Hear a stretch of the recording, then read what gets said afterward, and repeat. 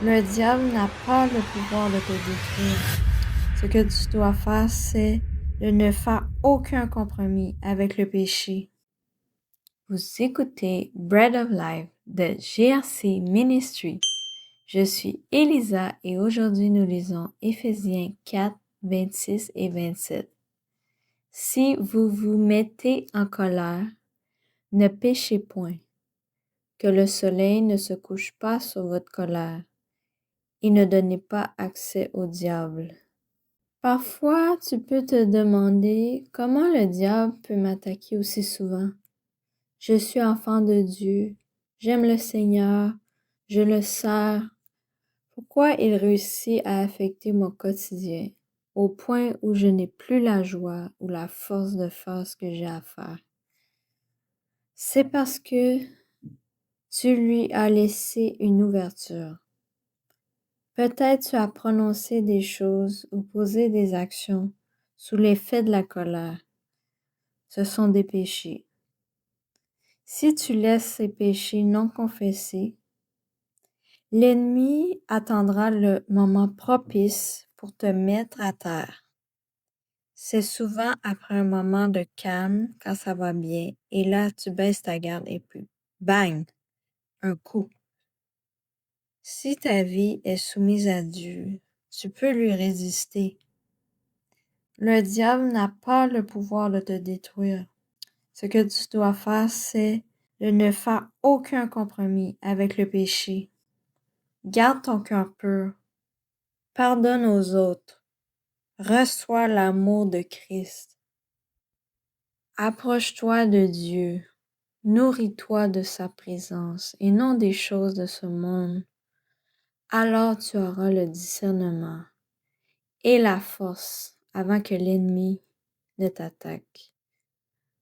Lisons le psaume 91 pour conclure. Celui qui demeure sous l'abri du Très-Haut repose à l'ombre du Tout-Puissant. Je dis à l'Éternel, mon refuge et ma forteresse, mon Dieu en qui je me confie, car c'est lui qui te délivre du filet de l'oiseleur, de la peste et de ses ravages.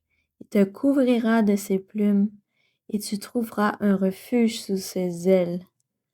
Sa fidélité est un bouclier et une cuirasse. Tu ne craindras ni les terreurs de la nuit, ni la flèche qui vole de jour, ni la peste qui marche dans les ténèbres, ni la contagion qui frappe en plein midi. Que 1000 tombent à ton côté et 10 000 à ta droite, tu ne seras pas atteint. De tes yeux seulement tu regarderas et tu verras la rétribution des méchants. Car tu es mon refuge, ô Éternel, tu fais du Très-Haut ta retraite. Aucun malheur ne t'arrivera, aucun fléau n'approchera de ta tente, car il ordonnera à ses anges de te garder dans toutes tes voies. Ils te porteront sur les mains, de peur que ton pied ne heurte contre une pierre. Tu marcheras sur le lion et sur l'aspic. Tu fouleras le lionceau et le dragon. Puisqu'il m'aime, je le délivrerai. Je le protégerai puisqu'il connaît mon nom. Il m'invoquera et je lui répondrai. Je serai avec lui dans la détresse. Je le délivrerai et je le glorifierai. Je le rassasierai de longs jours et je lui ferai voir mon salut. Amen. Dieu est bon. Je vais prier. Seigneur Jésus, merci pour chaque personne qui écoute.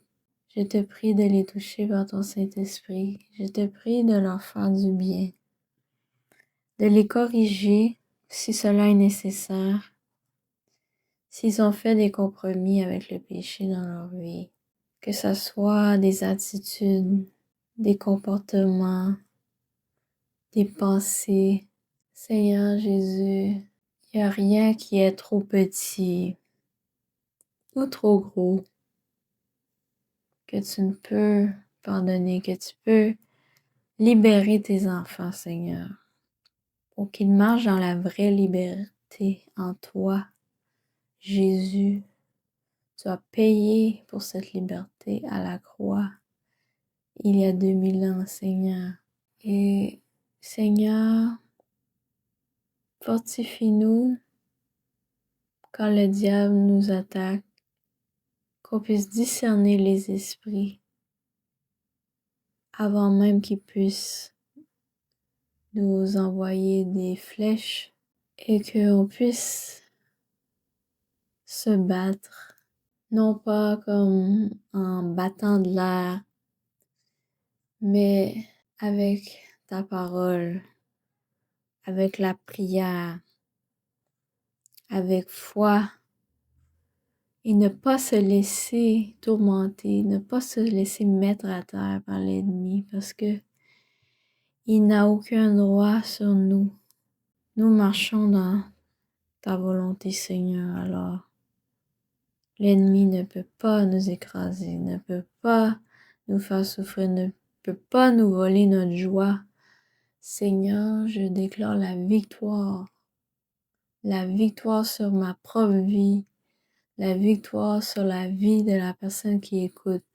Au nom de Jésus, je brise toute chaîne. Au nom de Jésus sur le péché, je déclare que j'ai vaincu le péché et je ne tombe pas dans ses pièges. Au nom de Jésus. Amen.